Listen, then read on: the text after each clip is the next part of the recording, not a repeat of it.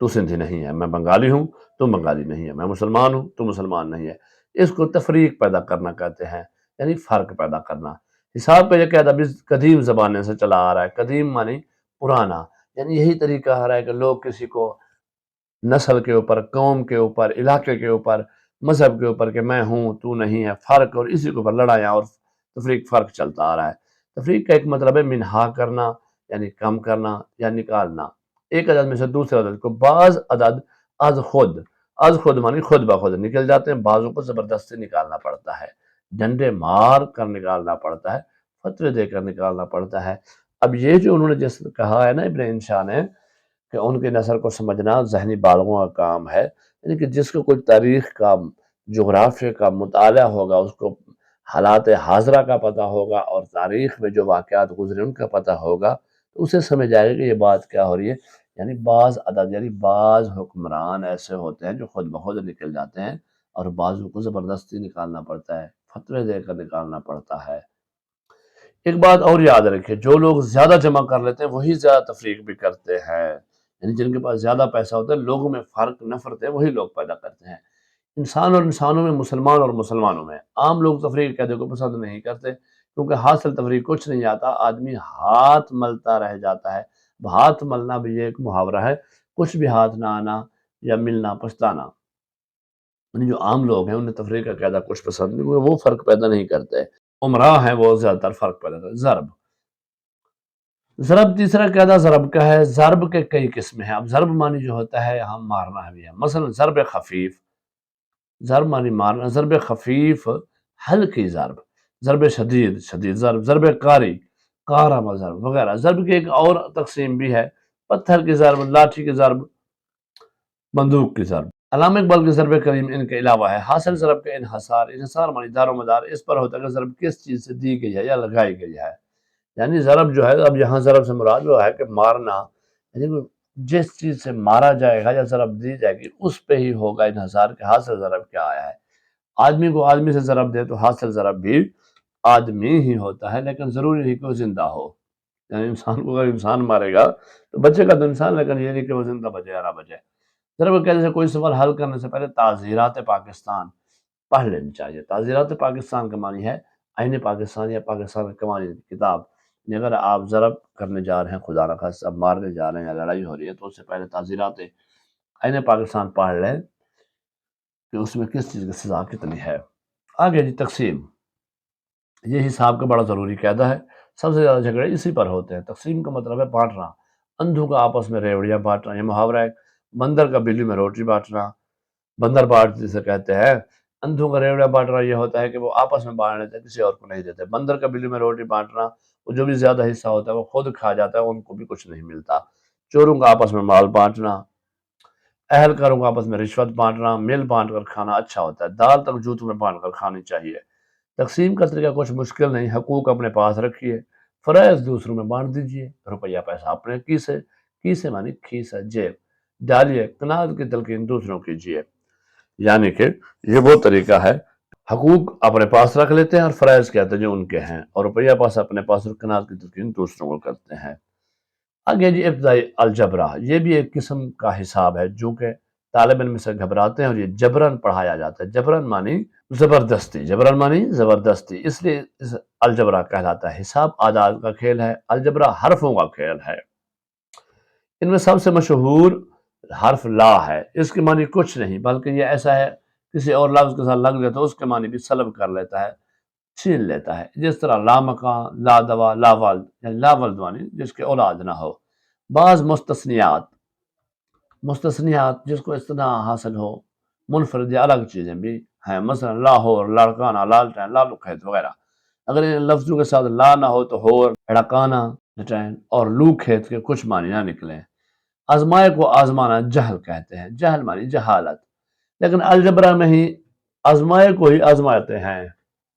اچھے خاصے پڑھے لکھوں کو نئے سرے سے الف ب جیم سکھاتے ہیں، بلکہ ان کے مربع بھی نکلواتے ہیں۔ الجبرا کا ہماری طالب علمی کے زمانے میں کوئی خاص مصرف نہ تھا، یعنی استعمال نہ تھا، اس سے صرف سکولوں کے طلبہ کو فیل کرنے کا کام لیا جاتا تھا، لیکن آج کل یہ عملی زندگی میں خاصا استعمال ہوتا ہے۔ دکاندار اور گداگر اس قاعدے کو زیادہ استعمال کرتے ہیں، پیسہ لا اور لا اور لا۔ بعض رشتوں میں الجبرا یعنی جبر کا شائبہ شک ہوتا ہے، جیسے مدر اللہ فادر اللہ وغیرہ، یعنی اس میں کیا ہے، یہ جبر زبردستی کے ہوتے ہیں، جیسے مدر اللہ فادر اللہ، مدر اللہ ہوتی ہے آپ کی ساس اور فادر اللہ ہوتا ہے سسر۔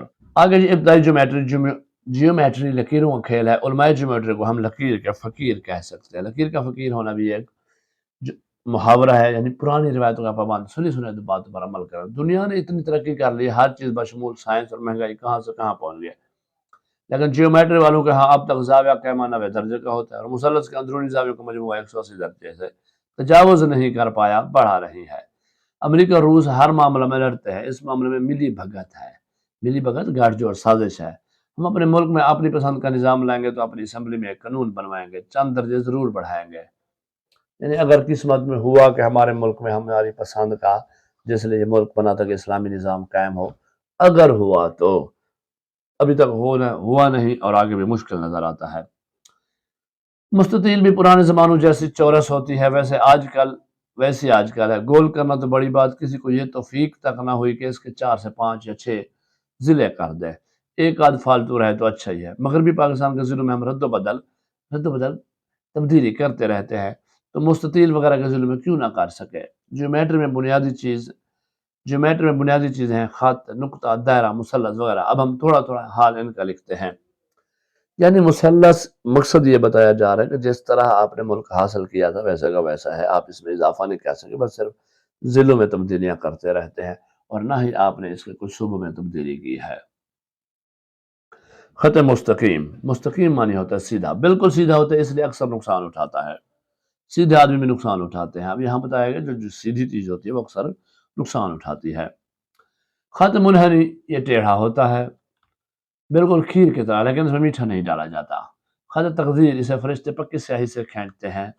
یہ مستقیم بھی ہوتا ہے، منحنی بھی، سیدھا بھی ہوتا ہے اور الٹا ٹیڑھا بھی، اس کا مٹانا مشکل ہوتا ہے۔ یعنی خط تقدیر کا لکھا ہو، جو قدرت نے کسی کا لکھا جس کو ہم نصیب کہہ سکتے ہیں۔ اب یہ کسی کا نصیب اچھا ہوتا ہے، کسی کا ٹیڑھا ہوتا ہے اور اسے مٹانا مشکل ہوتا ہے۔ خط بے رنگ یہاں لکھا ہوا ہے، بے رنگ یا بامانی برداشت کرنا، یا مفہوم ڈاک خرچ برداشت کرنا ہے۔ اس پر لگانے والے ٹکٹ نہیں لگاتے، ہمیں دگنے پیسے دینے پڑتے ہیں۔ یعنی بے رنگ خط بھیجا جاتا جو وہ خالی بھیج دیا جاتا، اس پر ٹکٹ جو ہے جو خط وصول کرتا وہ اس کے پیسے بھرتا تھا، پیسے ادا کرتا تھا۔ خط شکستہ، ٹوٹا ہوا، یہ وہ خط ہے جس میں ڈاکٹر لوگ نسخے لکھتے ہیں، تبھی تو آج کل اتنے لوگ بیماریوں سے نہیں مرتے جتنے غلط دواؤں کے استعمال سے مرتے ہیں۔ خط استوا یہ اس لیے ہوتا ہے کہ کہیں تو دنیا میں دن رات برابر ہو، کہیں تو مساوات نظر آئے۔ خط استوا دنیا کے نقشے پر ایک سیدھی لکیر ہے جہاں پتہ چلتا ہے کہ یہاں پہ دن اور رات برابر ہے۔ یہاں کہنے کا مقصد یہ ہے کہ کہیں بھی تو مساوات ہو، برابری ہو، دنیا میں ویسے مساوات برابری نظر نہیں آتی۔ متوازی خطوط، یہ متوازی خطوط ایک دوسرے کے آمنے سامنے ہوتے ہیں، ایسے ہوتے ہیں۔ یہ ویسے تو آمنے سامنے، لیکن تعلقات نہایت کشیدہ ہوتے ہیں، کشیدہ خراب، یعنی کہ جیسے آپ کے ہمسائے ہیں یا لوگ ہیں معاشرے میں، آمنے سامنے رہ رہے ہوتے ہیں ایک دوسرے کے ساتھ، لیکن ان کے اندرونی طور پر حالات کشیدہ ہوتے ہیں۔ ان کو اتنا بھی لمبا کھینچ لے جائیے، یہ کبھی آپس میں نہیں ملتے۔ کتابوں میں یہی لکھا ہے، لیکن ہمارے خیال میں ان کو ملانے کوئی سنجیدہ پرخلوص کوشش بھی نہیں کی گئی۔ آج کل بڑے بڑے ناممکن جن کا حصول ناممکن ہو ممکن بنا دیا گیا، تو یہ کس شمار قطار میں ہے، یعنی یہ کون سے گنتی میں ہے؟ یعنی جیسے لوگ آپس میں رہتے ہیں، بولتے نہیں ہیں، ان کے حالات کشیدہ رہتے ہیں، وہ کہتے ہیں وہ جتنی زیادہ بھی لمبی زندگی گزارنا یا جہاں تک کھینچا جائے وہ ملتے نہیں ہیں۔ اصل بات ہے کہ ان کی کوشش بھی نہیں کی گئی۔ نقطہ یعنی بندی، یعنی یہ پوائنٹ، یہ محض صرف کسی جگہ کی نشاندہی کے لیے ہوتا ہے۔ جیومیٹری کتابوں میں آیا کہ نقطہ جگہ نہیں گھیرتا، ایک آدھ نقطے کے حد تک یہ بات صحیح ہوگی، لیکن 6 نقطوں نے تو آپ کا سارا پاکستان گھیر سکتے ہیں۔ اب اس کو آپ دیکھیں، گھیرنا معنی ہوتا ہے جگہ لینا یا احاطہ کرنا، قبضہ۔ اگر لفظ پاکستان دیکھیں تو پے کے 3 نقطے ہیں، تے کے 2 نقطے ہیں اور نون کا نقطہ، 6 نقطے، انہوں نے پورا پاکستان گھیرا ہوا ہے۔ لیکن اشارہ اس میں یہ بھی ہے کہ 6 بڑے علاقے ہیں جنہوں نے پاکستان کو گھیرا ہوا ہے۔ فرض کریں پنجاب، سندھ، سرحد جو اب خیبر پختونخوا ہے، بلوچستان، کشمیر، گلگت بلتستان، اور اسی طرح اگر بڑی 6 زبانیں لے لی جائیں، یہ پاکستان میں 70 آبادی بولتی ہے، پنجابی، پشتو، تیسرے نمبر پہ سرائکی ہے، پھر آپ کی سندھی، بلوچی، اردو، یہ 6 زبانوں نے بھی پورا پاکستان گھیرا ہوا ہے۔ اور اس طرح 6 کچھ طبقات ہیں جنہوں نے پاکستان پر حکومت کی ہے، آپ کی افواج ہیں، سیاستدان ہیں، سرمایہ دار ہے، بیوروکریسی ہے، عدلیہ ہے اور میڈیا۔ دائرے چھوٹے بڑے ہر قسم کا ہوتا ہے، لیکن یہ عجیب بات ہے کہ قریب قریب سبھی گول ہوتے ہیں۔ ایک اور عجیب بات ہے کہ ان میں قطر کی لمبائی ہمیشہ نصف قطر سے دگنی ہوتی ہے۔ جیومیٹری میں اس کی کوئی وجہ نہیں لکھی کہ جو کسی نے پرانے زمانے میں فیصلہ کر دیا اب تک چلا آ رہا ہے، یعنی جیسا پہلے تھا ویسے لکیر کے فقیر ہیں، ویسے ہی چلا آ رہا ہے، کوئی تبدیلی نہیں ہوئی۔ ایک دائرہ اسلام کا دائرہ کہلاتا ہے، پہلے اس میں لوگوں کو داخل کیا کرتے تھے حسن اخلاق سے، اسلامی تعلیمات۔ آج کل داخلہ منع ہے، صرف خارج کرتے ہیں، فرقہ واریت سے ایک دوسرے کو فتوے لگا کے بھی تو کافر ہے، تو مشرک ہے، تو فلانا ہے، تو فلانا ہے، تو نمگانا ہے۔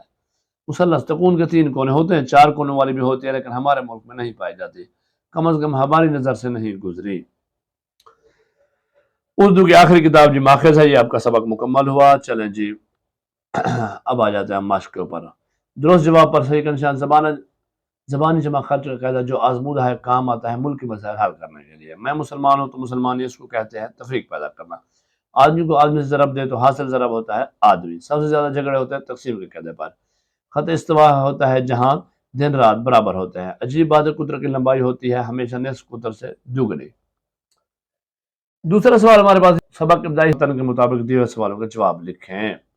مصنف کے مطابق جمع کے قاعدے پر عمل کرنا آسان کیوں نہیں ہے؟ جواب، مصنف کے مطابق جمع قاعدے پر عمل کرنا آسان نہیں، خاص طور پر مہنگائی کی دنیا میں، کیونکہ سب کچھ خرچ ہو جاتا ہے، کچھ بھی جمع نہیں ہوتا۔ تقسیم کرنے کا طریقہ کب آسان ہوتا ہے؟ تقسیم کرنے کا طریقہ اس وقت آسان ہوتا ہے جب حقوق اپنے پاس رکھیں اور فرائض دوسروں میں بانٹ دیں۔ روپیہ پیسہ اپنے پاس رکھیں اور قناعت تلقین دوسروں کو کریں۔ جی مصنف کی طالب علم کے زمانے میں الجبرے کا خاص مصرف کیا تھا؟ تو مصنف کی طالب علم کے زمانے میں الجبرے کا خاص مصرف کوئی نہ تھا، اس سے صرف طلبہ کو فیل کرنے کا کام لیا جاتا تھا۔ مستطیل کے 4 کے بجائے 5 یا 6 ضلع کر دینے سے مصنف کیا مراد لیتے ہیں؟ جواب، مستطیل کے 4 کے بجائے 5 یا 6 ضلع کر دینے مصنف مراد لیتے ہیں کہ جیسے ہم ملک کے ضلع میں رد و بدل کرتے ہیں، اس طرح مستطیل میں بھی کر دو، ایک آدھ فالتو رہے گا، یا اس سے مراد ملک میں 4 صوبوں کے بجائے 5-6 صوبے کر دیے جا سکتے ہیں۔ مصنف کے نزدیک خط کی کتنی قسمیں ہیں اور وہ کون کون سی ہیں؟ مصنف کے نزدیک خط کی 7 قسمیں ہیں: خط مستقیم، خط منحنی، خط تقدیر، خط بہرنگ، خط شکستہ، خط استوا اور متوازی خط۔ دال، مصنف نے دائرے کے گول ہونے کی کیا وجہ لکھی ہے؟ مصنف نے دائرے کے گول ہونے کی وجہ لکھی ہے کہ دائرے چھوٹے بڑے ہوتے ہیں مگر سبھی ہوتے گول ہیں، اس کی وجہ جیومیٹری میں نہیں لکھی، بلکہ کسی پرانے زمانے میں جو فیصلہ کر دیا اب تک وہی چلا آ رہا ہے، ویسے کہ ویسے چلا جائے، لکیر کے فقیر ہیں۔ جی ابتدائی حساب کے متن کے حوالے سے دیے جملے میں خالی جگہ پر کرنا ہے۔ تو پہلا ہے ہمارے پاس قاعدہ وہی اچھا جس میں حاصل جمع زیادہ سے زیادہ ہے، بعض عدد خود نکل جاتے ہیں، بعضوں کو زبردستی نکالنا پڑتا ہے۔ علامہ اقبال کی ضرب کریم ان کے علاوہ ہے، کیونکہ طالب علم اس سے گھبراتے ہیں اور یہ جبران پڑھایا جاتا ہے، اس لیے الجبرا کہلاتا ہے۔ علماء جیومیٹری کو ہم لکیر کے فقیر کہہ سکتے ہیں، یہ اس لیے ہوتا ہے کہیں تو دنیا میں دن رات برابر ہوں، کہیں تو مساوات نظر آئے۔ جی آگے ہمارے پاس علم بیان، تحریر و تقریر کی خوبیوں کو ذکر اور ان کے بحث کو علم بیان کہتے ہیں۔ علم بیان کی 4 قسمیں ہیں: تشبیہ، استعارہ، مجاز مرسل، کنایہ۔ تو اب یہاں ہم جو پڑھنے جا رہے ہیں وہاں پڑھنے جا رہے ہیں تشبیہ اور استعارہ۔ تشبیہ، جیسے لہٰذا تشبیہ جب کسی چیز کو مشترکہ صفت کی بنا پر، یعنی صفت جو ہوگی وہ مشترکہ ہوگی، دونوں میں کامن ہوگی، اس کی کیفیت اور صورتحال کو مزید پر تاثیر بنانے کے لیے کسی دوسری چیز کی مانند قرار دیا جائے تو اسے تشبیہ کہتے ہیں۔ جس چیز کو تشبیہ دیں اسے مشبہ، جس چیز کے ساتھ تشبیہ دیں اسے مشبہ بہ، وہ صفت جس کی بنیاد پر تشبیہ دی جائے اسے وجہ شبہ، اور وہ کلمہ یا حرف جو مشبہ اور مشبہ بہ کو ملائے اسے حرف تشبیہ کہتے ہیں۔ ارکان تشبیہ کے 4 ارکان ہوتے ہیں: مشبہ، مشبہ بہ، وجہ شبہ اور حرف تشبیہ۔ جیسے یہ کاغذ دودھ کی طرح سفید ہے، اس جملے میں کاغذ یہ مشبہ ہے، یعنی جس کو تشبیہ دی جا رہی ہے، دودھ مشبہ بہ ہے جس چیز سے تشبیہ دی جا رہی ہے، سفید وجہ شبہ ہے جس وجہ سے تشبیہ دے رہے ہیں، اور کی طرح حرف تشبیہ ہے۔ آگے جی استعارہ، جب ہم کسی لفظ کو حقیقی معنوں کے بجائے مجازی معنوں میں اس طرح استعمال کریں کہ اس کے حقیقی اور مجازی معنوں میں تشبیہ کا تعلق ہو تو اسے اصطلاح میں استعارہ کہتے ہیں، یعنی وہ چیز ہم مستعار لے لیتے ہیں۔ ادھارن ارکان استعارہ کے 3 ارکان ہوتے ہیں: مستعار لہو جس کے لیے استعارہ لیا جائے، مستعار من ہو، جس سے استعارہ لیا جائے، اور وجہ جامعہ مشترکہ صفت۔ یہ اپنے ارکان بھی یاد کرنے ہیں امتحان میں، جیسے ایک بلبل کے ہے محو ترنم ہے اب تک۔ علامہ اقبال کے اس میں بلبل کا لفظ استعارہ ہے جو علامہ اقبال نے اپنی ذات کے لیے استعمال کیا ہے۔ علامہ اقبال جن کا مذکور نہیں، مستعار لاحو ہے، بلبل کا لفظ مستعار منو ہے، اور ترنم کا لفظ وجہ جامع ہے۔ سمجھ آ گئی نا آپ کو؟ چلیے مزید آگے مثالیں اس سے آپ کو بھی سمجھا دیتے ہیں۔ اب دیکھو وہ کہتا ہے جی ان مثالوں سے تشبیہ اور استعارہ اللہ کے لیے خربوزہ شہد کی طرح میٹھا ہے، شیر کے آتے ہی رن کانپ اٹھا، بچے کے گال گلاب کے پھول کی مانند نرم روزار نارزک تھے، میرے چاند تو کہاں تھا۔ اب دیکھیں ہم تشبیہ ہے ہمارے پاس، یہ خربوزہ شہد کی طرح میٹھا، جس میں یاد رکھیں کی طرح جیسا ہے آ جائے یا کی مانند ہے تو وہ ہمیشہ تشبیہ ہوتی ہے۔ یہ خربوزہ شہد کی طرح میٹھا ہے، بچے کے گال گلاب کے پھول کی مانند نرم و نازک تھے۔ اب ہے استعارہ، شیر کے آتے ہی رن کانپ اٹھا اور میرے چاند تو کہاں تھا، یہ استعارہ ہے ہمارے پاس۔ آگے جی ہمارے پاس رموز اوقاف۔ رموز اوقاف سے مراد وہ علامتیں ہیں جو تحریر میں ایک جملے کو دوسرے جملے یا کسی جملے کے ایک حصے کو دوسرے حصوں سے علیحدہ کریں۔ اردو میں رموز اوقاف کے طور پر کافی علامتیں استعمال ہوتے ہیں، یہاں ہم صرف 5 علامتوں کا محض استعمال واضح کرتے ہیں، یعنی پتہ کرتے ہیں کہ انہیں استعمال کہاں کہاں کرنا۔ پہلا جی سکتہ، جس کو آپ قوما کہتے ہیں انگلش میں، اس علامت کو وقف خفیف بھی کہا جاتا ہے، یعنی خفیف ہلکا وقفہ۔ یہ علامت تحریر میں سب سے کم توقف یعنی ٹھہرنے کے لیے استعمال کی جاتی ہے۔ جہاں یہ علامت آئے وہاں پڑھنے والے کو بغیر سانس ٹوٹے بالکل ذرا سی دیر کے لیے ٹھہرنا چاہیے، جیسے لاہور، سیالکوٹ، گجرات، ملتان اور سرگودا پنجاب کے بڑے بڑے شہر ہیں۔ اب دیکھیں لاہور، سیالکوٹ، یہاں ہم نے سانس توڑے بغیر تھوڑا سا وقفہ کیا ہے۔ وقفہ جس کو ہم یہ دیکھیں، یہ ہے وقفہ جی، اس علامت کو نصف وقف کہا جاتا ہے۔ یہ علامت سکتہ سے ذرا زیادہ ٹھہراؤ کراتی ہے۔ یہ علامت 2 مقاصد کے تحت استعمال ہوتی ہے، جب ایک طویل جملے میں چھوٹے چھوٹے جملے آئیں یا کسی جملے کے مختلف اجزاء پر زور دینا مقصود ہو، جیسے جو کرے گا سو بھرے گا، جو بوئے گا سو کاٹے گا۔ دیکھیں اب یہاں پہ 2 جملے ہیں، جو کرے گا سو بھرے گا، جو بوئے گا سو کاٹے گا۔ اب ان دونوں میں یہ وقفہ دینے کے لیے درمیان میں ہم نے علامت وقفہ استعمال کیا۔ آگے رابطہ، جس کو آپ کولن بھی کہتے ہیں، اس علامت کا ٹھہراؤ جسے وقف لازم بھی کہا جاتا ہے، وقف سے قدرہ زیادہ ہوتا ہے، اور اس علامت کا استعمال وہاں کیا جاتا ہے جہاں توقف کرنا لازم ہو، بصورت دیگر عبارت خلط ملط ہونے کا احتمال ہوتا ہے۔ جیسے ماں نے بیٹے سے کہا بیٹا محنت کرو، محنت کا اجر ضرور ملتا ہے۔ اگر ہم یہ نہ لگاتے تو یہاں خلط ماں نے بیٹے سے کہا بیٹا محنت کرو، محنت کا اجر ضرور ملتا ہے۔ آگے تفصیلیہ، اس علامت کا استعمال جیسا کہ اس کے نام سے ظاہر ہے وہاں کیا جاتا ہے جہاں کسی بات کی تفصیل بیان کی جائے۔ جیسے علامہ اقبال نے اللہ آباد کے مقام پر خطبہ صدارت دیتے ہوئے حسب ذیل ارشاد فرمایا۔ اب یہ تفصیلیہ کا نشان دے گا کہ تفصیل لکھتے ہیں۔ اگر یہ ختمہ جس کو آپ فل سٹاپ کہتے ہیں، اس علامت کو جسے انگریزی میں فل سٹاپ کہتے ہیں جملے کے خاتمے پر لگایا جاتا ہے، لیکن جہاں سکتہ، وقفہ، وقف لازم یا تفصیلیہ کا محل استعمال ہو وہاں ختمے کی علامت کا استعمال ہرگز درست نہیں، جیسے دنیا دارالعمل ہے۔ اب یہاں پہ آخر میں ختمہ لگا دیا گیا ہے۔ اب وہ کہتے ہیں جی درج ذیل جملوں میں رموز اوقاف کی علامت سکتہ، وقفہ، رابطہ، تفصیل اور ختمہ کا استعمال کریں۔ آج موسم بڑا خوشگوار ہے تو اس میں ہم آخر میں ختمہ لگائیں گے۔ قائد اعظم کا فرمان میں دیکھیں ہم نے رابطہ لگایا، آگے چل رہا ہے اتحاد، پھر یہ سکتہ لگایا، تنظیم اور یقین محکم، یہاں پہ یہ جملہ تھوڑا سا وقفہ ہے، ہم نے سکتہ ہمارے لیے آج بھی مشعل راہ ہے، ختمہ لگا دیا۔ ورزش کے فائدے حسب ذیل ہیں تو اس کے آگے تفصیل آئے گا، آگے تفصیل دیں گے۔ جاپان، یہ دیکھیں سکتہ آئے گا، چین سکتہ، سنگاپور سکتہ، جنوبی کوریا اور فلپائن کا شمار ایشیا کے ترقی یافتہ ممالک میں ہوتا ہے۔ آخر میں ختمہ، آنا تو خفا آنا، جانا تو رلا جانا۔ اب دیکھیں آنا تو خفا آنا، درمیان میں خفتہ، درمیان میں سکتہ، جانا تو رلا جانا، آخر میں ختمہ لگ جائے گا۔ اگر یہ ہمارے پاس اعراب کی وجہ سے تلفظ واضح کریں، تفریق، یہ جو نظر آ رہے ہیں آپ کو یہ جزم ہے، تفریق، تقسیم، الجبرا، مثلث، منحنی، بندی، یہ آپ نے لکھ لینے ہیں کیونکہ ایک نہ ایک اعراب آ جاتا ہے امتحان میں۔ آگے جی درج پیراگراف توجہ سے پڑھیں اور آخر میں دیے گئے سوالوں کا جواب تحریر کریں۔ تفہیم عبارت آپ کو پچھلے لیکچرز میں اسباق میں پڑھا چکا ہوں کہ ایک عبارت دی ہوگی، اس کو سمجھنا ہوگا، پھر اس کے میں سے دیے گئے جواب ڈھونڈنے ہیں۔ 4 جواب سوال تقریباً اسی میں سے ہوتے ہیں اور 5واں ہوتا ہے اس کا موضوع تحریر کا ہے۔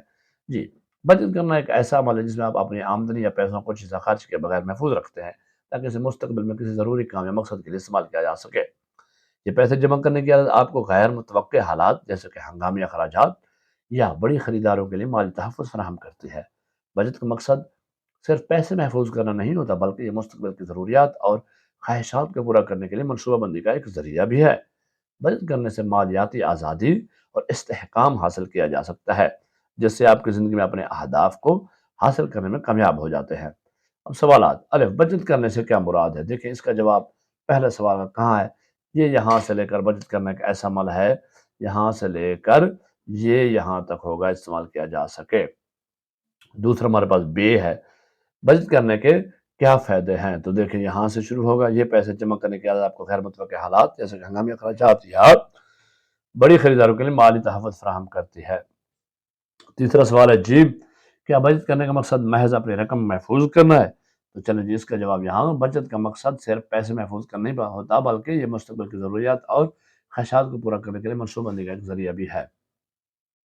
اگر دال، بچت کس طرح مالیاتی آزادی اور خود مختاری حاصل کی جا سکتی ہے؟ تو بچت کرنے سے مالیاتی آزادی اور استحکام حاصل کیا جا سکتا ہے جس سے آپ زندگی میں اپنے اہداف کو حاصل کرنے میں کامیاب ہو جاتے ہیں۔ چلیں یہ 4 سوالوں کے جوابات ہیں۔ آخر اس بار کا موضوع عنوان تجویز کریں، اس کا عنوان ہے بچت کی اہمیت۔ بچت کی اہمیت، یہاں کمپیوٹر کی وجہ سے تھوڑا سا گڑبڑ ہو گیا، بچت کی اہمیت ہے۔ چلیے آگے وہ کہتے ہیں جی سرگرمیاں طلبہ اپنی کاپی میں جمع تفریق ضرب اور تقسیم کے قیدوں کے مسلمہ اصول لکھیں، یہ آپ نے لکھنے ہیں جہاں سبق ختم ہو۔ طلبہ ایک فہرست بنائیں جو مصنف کی بیان کرے تمام قیدوں کی ایک ایک سطری مزاحیہ تفصیل لکھیں، یہ آپ نے خود سے لکھنی ہے۔ اب یہاں پہ میں نے آپ کو نثر پارے کی تصریح بھی سمجھا دی۔ ایک نثر پارہ ہم نے لے لیا ہے نقطے والا اور دائرے والا، اس کے کچھ الفاظ کو ہم نے خط کشید کر دیا ہے۔ آگے آپ کی بالکل انتہائی نقطہ نگاہ کے ساتھ تشریح آپ کو سکھانے جا رہا ہوں، لکھوانے جا رہا ہوں۔ جی سب سے پہلے آپ لکھیں گے حل سوال نمبر 8 ہے یہاں پہ، وہاں پہ 2 ہو 3 ہو وہی لکھنا ہے کیونکہ یہاں پہ 7 پیچھے گزر چکے تھے تو میں نے 8 لکھ دیا۔ پھر آپ نے لکھنا ہے جناب نثر پارہ کی تشریح، سرخی دینی ہے، اس کے بعد یہ حوالہ متن، حوالہ متن کے بعد آپ نے لکھنا ہے سبق کا عنوان ابتدائی حساب، مصنف کا نام ابن انشا، ماخذ اردو کی آخری کتاب۔ یہ لکھنے کے بعد آپ لکھ رہے ہیں خط کشیدہ الفاظ کے معنی۔ کالم ہمیشہ بار بار کہتا ہوں پورے پورے بنانے، یا اپنے ایک خانہ ڈبہ سے بنا دینا ہے، پھر الفاظ معنی یہ لکھ لینے ہیں۔ اس کے بعد پہلا تھا محض صرف، دوسرا نشاندہی کسی جگہ کے مقام کا تعین کرنا، گھیرنا، احاطہ کرنا، قبضہ کرنا، اور خارج کرنا، نکالنا یا نکال دینا۔ تیسری سرخی آپ دیں گے سیاق و سباق، یہ اب کے امتحان میں شامل ہے، اس کو آپ نے لکھنا ہے۔ دیا گیا نثر پارہ سبق ابتدائی حساب کے آخر سے لیا گیا ہے، یہ آپ کو پتہ ہونا چاہیے کہاں سے لیا گیا ہے۔ سبق ابتدائی حساب معروف مصنف ابن انشا کی تصنیف اردو کی دوسری کتاب سے مستعار لیا گیا ہے۔ یہ کتاب طنز و مزاح کے اعلیٰ نمونوں پر مشتمل ہے جسے اچھے طریقے سے سمجھنا صرف ذہنی بالغوں کا کام ہے۔ اس سے پہلے نثر پاروں میں مصنف نے ابتدائی جیومیٹری اور خصوصاً خطوط اور ان کی اقسام کا ذکر کیا ہے، جبکہ اس نثر پارہ میں نقطہ اور دائرہ کے ذریعے ہلکے پھلکے انداز میں معاشرے کی تلخ حقیقتوں کو سمجھانے کی کوشش کی گئی ہے۔ چلیے آپ کا سیاق و سباق ہو گیا، اس میں سمجھ آ گئی کہ کیا ہو رہا ہے۔ آگے ہم تشریح کرتے ہیں، آپ تشریح کی سرخی دیں گے، اس کے نیچے جناب جگہ چھوڑ کے لکھیں گے۔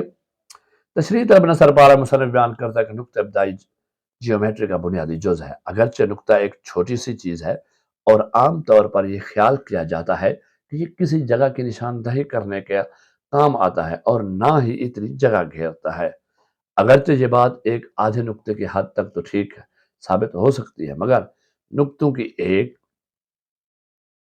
مخصوص تعداد بہت جگہ گھیرتی ہے اور بہت کچھ بنا دیتی ہے، جیسا کہ صرف 6 نقطوں نے پورے پاکستان کو گھیرا ہوا ہے۔ اگرچہ ظاہری طور پر یہاں 6 نقطوں سے مراد لفظ پاکستان کے 6 نقطے ہیں، مگر اس سے 6 بڑے علاقوں جیسا کہ پنجاب، سندھ، بلوچستان، خیبر پختونخوا جو سرحد ہوا کرتا تھا، کشمیر اور گلگت بلتستان یا 6 بڑی زبانوں پنجابی، پشتو، سرائکی، سندھی، بلوچی اور اردو یا 6 بڑے ارباب اقتدار یعنی جن لوگوں نے اقتدار پہ قبضہ کیا ہوا ہے، آپ کے حکمران ہیں، افواج، سیاستدانوں، سرمایہ داروں، عدلیہ، میڈیا اور بیوروکریسی نے پورے پاکستان کو گھیرا ہوا ہے۔ کیونکہ ابن انشا نے فرمایا ہے نا کہ اس کو سمجھنے کے لیے ذہنی بالغوں کی ضرورت ہے، جن کو بلوغت جو سمجھتے ہو ان باتوں کو۔ ان 6 نقطوں سے مراد 6 بڑی چیزیں ہیں جنہوں نے پورے پاکستان کو گھیرا ہوا ہے اور ان کے مسائل پر قابض ہیں۔ آگے جی مصنف بیان کرتا ہے کہ دائرہ چاہے چھوٹا ہو یا بڑا تقریباً گول ہی ہوتا ہے، اور اس کے قطر کی لمبائی آدھے قطر سے دگنا ہوتی ہے۔ صاف ظاہر دگنا ہی ہوگی، اس کی کوئی خاص وجہ نہیں لکھی گئی، بس پرانے زمانوں میں جو فیصلہ کر دیا گیا اب تک وہی چلا آ رہا ہے، یعنی ہمارے ارد گرد جو رسم و روایتوں اور سماجی مسائل کے دائرے ہیں ویسے ہی ہیں جیسے پرانے زمانے سے چلے آ رہے ہیں۔ جس طرح پرانے زمانے میں عام آدمی کے ساتھ ظلم و ناانصافی روا رکھی جاتی تھی اور وہ زمانے کے اس گرداب میں پھنسا چلا آ رہا تھا، آج بھی کسی نہ کسی صورت میں ویسے کا ویسے ہی ہے، ویسے کا ویسے ہے۔ مصنف بیان کرتا ہے کہ پہلے لوگوں کو اپنے اخلاق حسنہ اور اسلامی تعلیمات سے متاثر کر کے دائرہ اسلام میں داخل کیا جاتا تھا، مگر اب فرقہ واریت اور اختلافات کو ہوا دے کر مسلمانوں کو ہی دائرہ اسلام سے خارج کیا جاتا ہے۔ ایک فرقے والا دوسرے فرقے کو کافر کہتا ہے تو دوسرا فرقے والا اسے مسلمان ہی نہیں سمجھتا۔ بس اسی تعصب میں ایک دوسرے سے لڑتے جھگڑتے رہتے ہیں اور ایک دوسرے کو دائرہ اسلام سے خارج کرتے رہتے ہیں۔ افسوس تو یہ ہے کہ بجائے اصلاح کرنے اور مسلمانوں میں اتحاد و اتفاق پیدا کرنے کے، فرقہ واریت اور ایک دوسرے کو دائرہ اسلام سے خارج کرنے پر تلے رہتے ہیں۔ اتنی تشریح کافی ہے، آگے ہم لکھ لیتے ہیں خلاصہ۔ ہر سوال نمبر 9 جو بھی ہو آپ نے وہی لکھنا ہے، درمیان میں آپ نے سرخی ڈالیں گے خلاصہ، اس کے نیچے آپ نے یہ لکھ دینا ہے سبق کا عنوان ابتدائی حساب، مصنف کا نام ابن انشا، ماخذ اردو کی آخری کتاب۔ یہ خلاصے میں لکھ دیں تو بہت اچھی چیز ہے، نہ لکھیں تو پھر آپ نے صرف سبق کا عنوان دینا ہوتا ہے کیونکہ جو سبق کا خلاصہ لکھ رہے ہیں۔ چلیے شروع کریں۔ عام طور پر حساب کے 4 بڑے قاعدے جمع، تفریق، ضرب اور تقسیم ہیں۔ اگرچہ جمع کے قاعدے کا مطلب اکٹھا کرنا اور اپنے پاس رکھنا ہے، مگر اس پر عمل کرنا اتنا آسان نہیں، خاص طور پر مہنگائی کے دنوں میں، کیونکہ سب کچھ تو مہنگائی کی وجہ سے خرچ ہو جاتا ہے اور جمع کچھ نہیں ہو پاتا۔ مختلف لوگوں کے لیے جمع کا قاعدہ مختلف ہوتا ہے۔ تاجروں، رشوت خوروں اور حرام کمانے والوں کے لیے کہ یہ کئی گنا مال جمع کرنا، جبکہ حکمرانوں کے لیے ملکی مسائل حل کرنے کے لیے صرف زبانی جمع خرچ ہی برسوں سے آزمودہ طریقہ ہے۔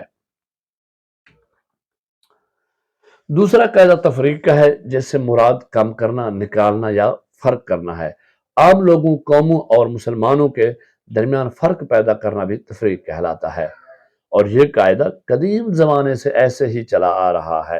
عام لوگوں کو تفریق کا قاعدہ پسند نہیں، کیونکہ کچھ نہیں بچتا، جبکہ جو لوگ زیادہ جمع کر لیتے ہیں وہی تفریق بھی زیادہ کرتے ہیں۔ تیسرا قاعدہ ضرب کا ہے، جس کی کئی قسمیں ہیں، مثلا ضرب خفیف، ضرب شدید، ضرب قاری، لاٹھی یا بندوق کی ضرب وغیرہ، مگر علامہ اقبال رحمۃ اللہ علیہ کے ضرب کلیم الگ ہے۔ حاصل ضرب کا دار و مدار اس پر ہے کہ کس چیز سے ضرب دی گئی، مگر آدمی کو آدمی سے ضرب دے تو حاصل ضرب آدمی ہی آتا ہے، چاہے زندہ ہو یا مردہ۔ حساب کا چوتھا قاعدہ تقسیم کا ہے، اگرچہ اس کا مطلب برابر برابر بانٹنا ہے، جیسا کہ بندر بانٹ، اندھوں کا آپس میں ریوڑیاں بانٹنا، جوتوں میں دال بانٹنا، اہلکاروں کا رشوت بانٹنا وغیرہ، مگر زیادہ جھگڑے اسی پر ہوتے ہیں کیونکہ برابر نہیں بانٹے جاتے۔ لوگ حقوق اپنے پاس رکھ لیتے ہیں اور فرائض دوسروں میں بانٹ دیتے ہیں، اپنے لیے مال و دولت اور دوسروں کے لیے قناعت کی تلقین بانٹ دیتے ہیں۔ ابتدائی الجبرا حرفوں کا کھیل ہے اور طلبا کو جبری طور پر پڑھایا جاتا ہے، اسی لیے اسے الجبرا کہتے ہیں۔ اس کا اور کوئی کام ہو نہ ہو مگر طلبا کو فیل کرنے کا کام ضرور لیا جاتا ہے۔ اسی طرح جیومیٹری بھی لکیروں کا کھیل ہے اور علماء جیومیٹری لکیروں کے فقیر ہوتے ہیں کہ اتنا عرصہ گزر جانے کے باوجود جیومیٹری کے زاویے تک نہیں بدل سکے۔ خطوط کئی اقسام کے ہوتے ہیں، مثلا خط مستقیم جو سیدھا ہوتا ہے اور سیدھے آدمی کی طرح نقصان اٹھاتا ہے، جبکہ خط منحنی ٹیڑھا ہوتا ہے، خط تقدیر انمٹ ہوتا ہے جسے انسان تبدیل نہیں کر سکتا، جبکہ بے رنگ خط کی ٹکٹ خط وصول کرنے والوں کو ادا کرنا پڑتی ہے۔ متوازی خطوط ایک دوسرے کے آمنے سامنے ہونے کے باوجود کبھی بھی مل نہیں سکتے، جبکہ خط استوا رات اور دن کو برابر رکھتا ہے تاکہ کہیں تو مساوات یعنی برابری ہو۔ نقطہ بظاہر تو چھوٹا سا ہے، مگر بہت سے نقطے مل کر کافی جگہ گھیر لیتے ہیں، جیسا کہ 6 نقطوں نے پورے پاکستان کو گھیر رکھا ہے۔ دائرہ ہمیشہ گول ہوتا ہے۔ پہلے دائرہ اسلام میں لوگوں کو داخل کیا جاتا تھا، آج کل فتوے لگا کر خارج کیا جاتا ہے۔ مثلث 3 کونوں والی ہوتی ہے، شاید 4 کونوں والی بھی ہو، مگر ہمارے ملک میں نہیں ہوتی اور نہ ہی دیکھی گئی ہے۔ چلے جی، آپ کا سبق مکمل ہوا، پورا سبق آپ کو کرا دیا ہے۔ ویڈیو کو اچھے طریقے سے دیکھنا ہے، جہاں سمجھنا ہے پیچھے کر کے دوبارہ دیکھنا ہے، ڈاؤن لوڈ کر کے نہیں دیکھنا بلکہ اس کو مکمل دیکھنا ہے تاکہ میرا بھی کچھ بھلا ہو، واچ ٹائم مل جائے۔ ویڈیو دیکھنے کے بعد لائک کرنی ہے، دوستوں شیئر کرنا ہے، اور چینل کو سبسکرائب نہیں کیا تو سبسکرائب کرنا ہے۔ چلیے، اپنا خیال کیجئے گا، ملتے ہیں اگلے سبق کے ساتھ، تب تک اللہ حافظ۔